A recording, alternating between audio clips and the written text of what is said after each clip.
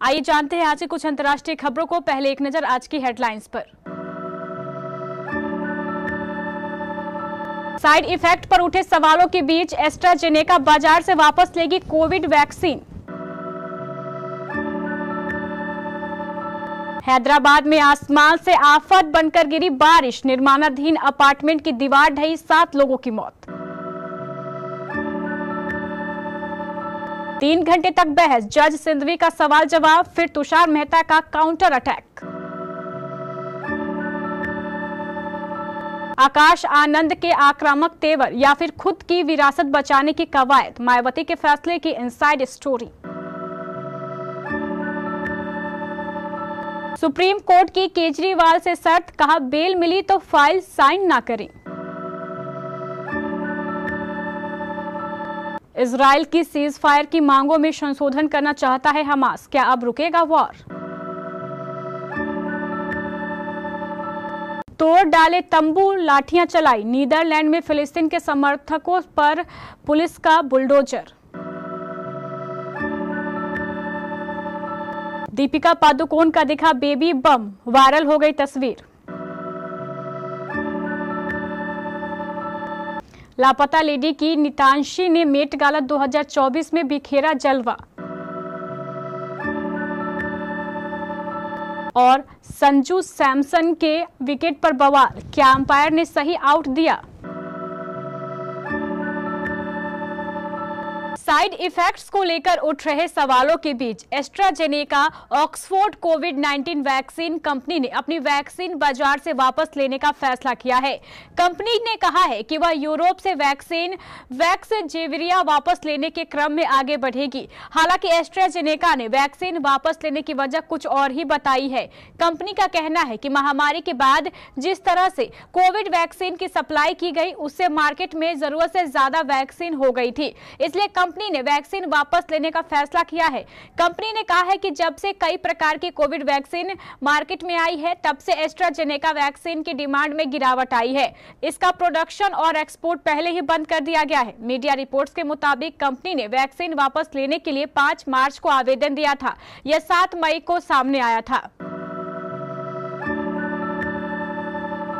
हैदराबाद में मंगलवार शाम बारिश और आंधी के कारण बिजली आपूर्ति बाधित हो गई है। बारिश और आंधी के कारण कई जगहों पर सड़कों पर जलभराव हो गया, वहीं पेड़ भी उखड़ गए। इस बीच बुधवार को वाचुपल्ली इलाके में भारी बारिश के कारण एक निर्माणाधीन अपार्टमेंट की दीवार गिर गई। इस हादसे में 4 साल के बच्चे सहित 7 लोगों की मौत हो गई। घटना मंगलवार शाम की है और मृतक प्रवासी श्रमिक थे जो उड़ीसा और छत्तीसगढ़ के निवासी थे। वाचुपल्ली पुलिस के अनुसार उनके शव बुधवार तड़के एक उत्खननकर्ता की मदद से मलबे के नीचे से बरामद किए गए। मंगलवार को हैदराबाद और तेलंगाना के कई हिस्सों में भारी बारिश हुई, जिससे कुछ हिस्सों में जनजीवन अस्त व्यस्त हो गए। दिल्ली शराब नीति घोटाला केस में तिहाड़ जेल में बंद मुख्यमंत्री अरविंद केजरीवाल को सुप्रीम कोर्ट से मंगलवार को राहत नहीं मिली। अरविंद केजरीवाल को अंतरिम जमानत दी जाए या नहीं, इस पर सुप्रीम कोर्ट में 3 घंटे तक सुनवाई हुई। अरविंद केजरीवाल की ओर से पेश अभिषेक मनु सिंघवी से लेकर ईडी की तरफ से एसजी तुषार मेहता और एएसजी राजू ने 3 घंटे तक दलीलें रखी, मगर अंत में सुप्रीम कोर्ट को अपना फैसला सुरक्षित ही रखना पड़ा। हालांकि शुरुआत में ऐसा लगा कि सुप्रीम कोर्ट अरविंद केजरीवाल को अंतरिम जमानत दे देगा, मगर जैसे ही एसजी तुषार मेहता ने दलीलें रखी, इसके बाद लगने लगा कि पेच फंस गया है। बहरहाल सुप्रीम कोर्ट अब गुरुवार को मामले की सुनवाई कर सकता है।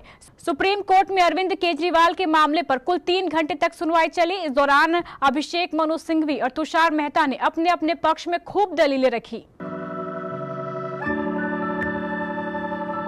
जिस तरीके से आकाश आनंद के भाषणों में गुस्सा, गाली और आक्रामक तेवर दिखाई दिए, उसे कई बार आकाश मर्यादा की सीमा लांघते दिखे, जिसकी वजह से उनके ऊपर सीतापुर में मामले भी दर्ज करा लिए गए और मामले दर्ज होते ही उनके कार्यक्रम भी पार्टी ने रद्द कर दिए। आकाश की 2 चुनावी सभा में आम बोलचाल में बोली जाने वाली गाली शब्द का प्रयोग हुआ।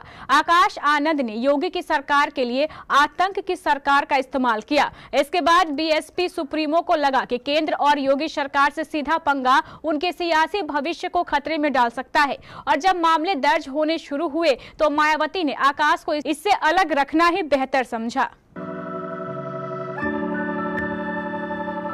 आबकारी नीति से जुड़े मनी लॉन्ड्रिंग मामले में गिरफ्तार दिल्ली के सीएम अरविंद केजरीवाल की अंतरिम जमानत पर सुनवाई के दौरान सुप्रीम कोर्ट ने कहा कि फर्ज करें कि अगर हम आपको रिलीज यानी बेल देते हैं और आप चुनाव में भाग लेते हैं और आधिकारिक ड्यूटी करते हैं तो इसका व्यापक प्रभाव होगा। हम साफ करना चाहते हैं कि हम अगर आपको रिलीज करते हैं तो हम चाहेंगे कि आप ऑफिशियल ड्यूटी ना करें। इस पर केजरीवाल के वकील ने कहा कि केजरीवाल किसी फाइल पर दस्तखत नहीं करेंगे, लेकिन एलजी भी फाइल पर दस्तखत ना होने का फाइल ना रोकेंगे।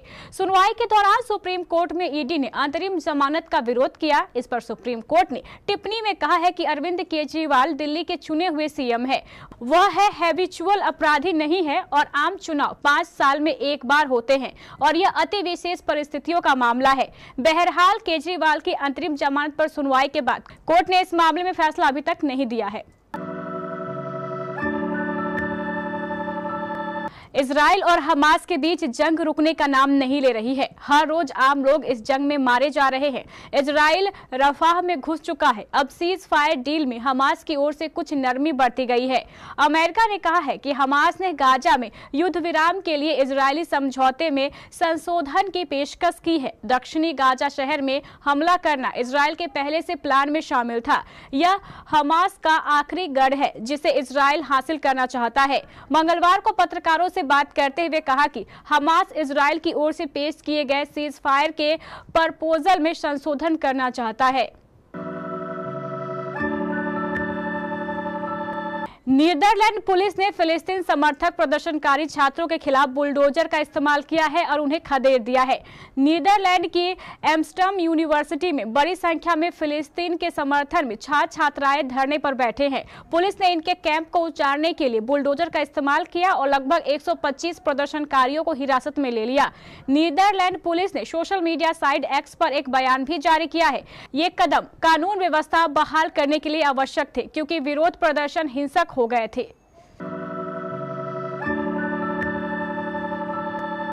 दीपिका पादुकोण और रणवीर सिंह शादी के बाद पहली बार पेरेंट्स बनने वाले हैं। वहीं एक्ट्रेस इन दिनों सिंघम 3 की शूटिंग में बिजी नजर आ रही हैं। इसी बीच रेटिस पर एक तस्वीरें वायरल हो रही हैं जिसमें एक्ट्रेस का छोटा सा बेबी बम स्पॉट होता दिख रहा है।